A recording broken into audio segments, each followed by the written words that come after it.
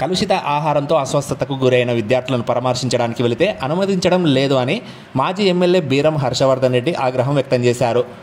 నాగర్ కర్నూలు జిల్లా పెద్దకొత్తపల్లి బాలుర గురుకుల పాఠశాల లోపలికి వెళ్లడానికి నాకు అనుమతి ఇస్తే ఎంతమంది విద్యార్థులకు అస్వస్థతకు గురయ్యారో నిజాలు బయటికి వస్తాయని, జిల్లా కలెక్టర్ ఎవరిని అనుమతించడం లేదని అన్నారు.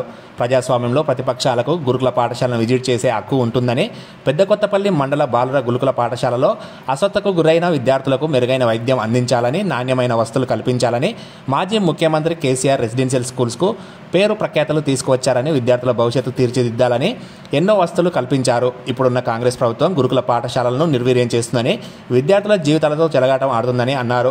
కలుషిత ఆహారానికి కారకులైన అధికారులను, పాఠశాల ప్రిన్సిపాల్ను ఎవరైనా కఠిన చర్యలు తీసుకోవాలని డిమాండ్ చేశారు. పరామర్శించడానికి కూడా అనుమతి ఇవ్వడం లేదు. ఇది పూర్తిగా గతంలో ప్రభుత్వం ఏ విధంగా రెసిడెన్షియల్ కళాశాలలను మెయింటైన్ చేస్తుండే, ఈరోజు వాళ్ళ మాకు అనుమతిస్తే ఇంకెంతమంది సిక్కున్నారో, ఇంకెంతమందికి సమస్యలు ఉన్నాయో అవన్నీ బయటకు వస్తాయనే ఉద్దేశంతో మరి అధికారులు అనుమతించడం, జిల్లా కలెక్టర్ గారు ఎవరిని అనుమతించడం లేదని చెప్తా ఉన్నారు. మరి ప్రజాస్వామ్యంలో ప్రతిపక్షాలకు విజిట్ చేసే హక్కు ఉంటుంది, ప్రతిపక్ష నాయకులకు విజిట్ చేసే హక్కు ఉంటుంది.